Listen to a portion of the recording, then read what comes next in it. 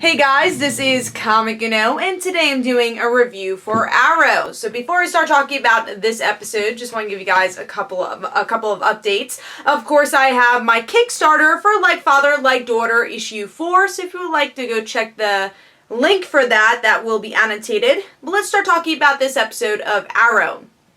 So with this episode, we get to see kind of the flashbacks combining with our present day, because we have our team go to Russia.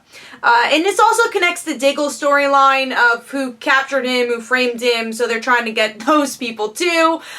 So Renee stays off. He's going to be helping Quentin throughout this episode. Quentin needs to do an interview, and they kind of have a heart-to-heart, giving Renee at least a little bit more backstory. I do like that we're starting and get a little bit more with Renee and making him a bit more of a likable character.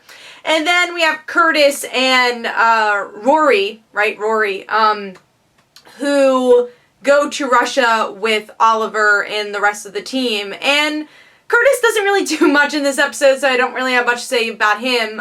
But Rory, we do get to see him save the team with his rags, but by the end of the episode, we do see him leave the team for a little while, it looks like. Maybe because it's getting crowded, I don't know, but Rory's out, but that also shows how expendable his character was.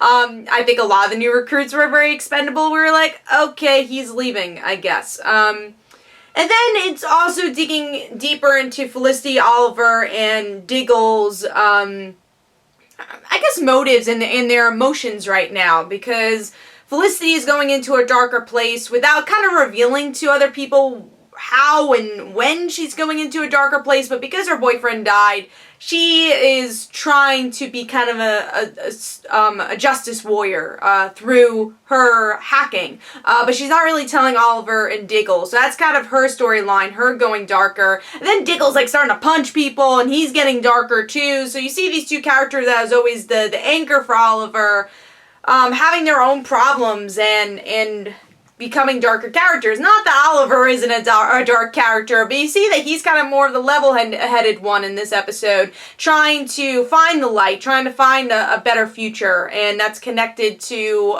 his new girlfriend and I guess his new life in general. Also, I forgot to mention that Dinah's here, so the new Black Canary was in this episode, but I feel like that's because I forgot to mention her in this review.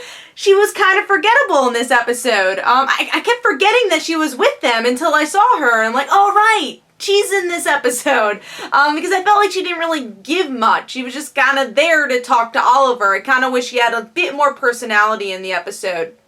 And then by the end, the cliffhanger is that it looks like Oliver's girlfriend / reporter is connecting the dots. Oliver Queen is the Green Arrow because of his connections with Russia.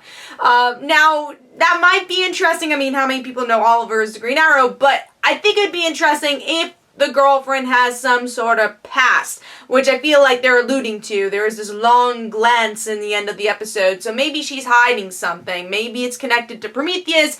Then I feel like that's an interesting plot thread. If she's not and she's just a girlfriend, just this reporter, I feel like been there, done that type storyline, but we'll have to see where that one goes.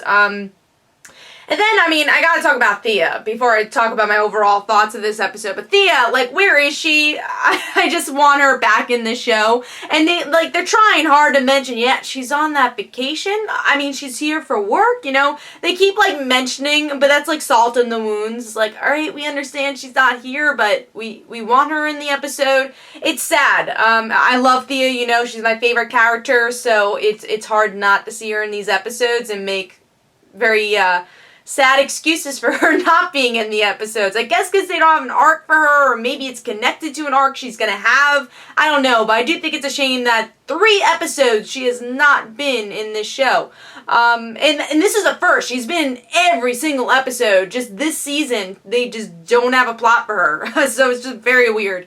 So I just wanted to mention that, and I will mention it until she gets a plot. But overall, I thought this was an improvement. I still felt there's parts I still feel bored with because it is connected to the Russia thing where I'm like, did I ever care about these flashbacks? Not even when you added Talia al Ghul did I care about these flashbacks.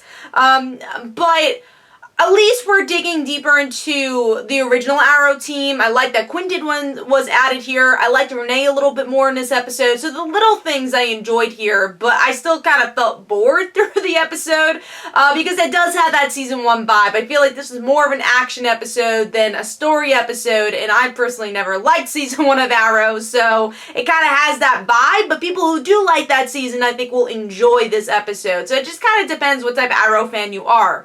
But we'll see where it goes. I still feel a little underwhelmed, really underwhelmed with this episode, but at least I didn't really have a lot of complaints with the episode.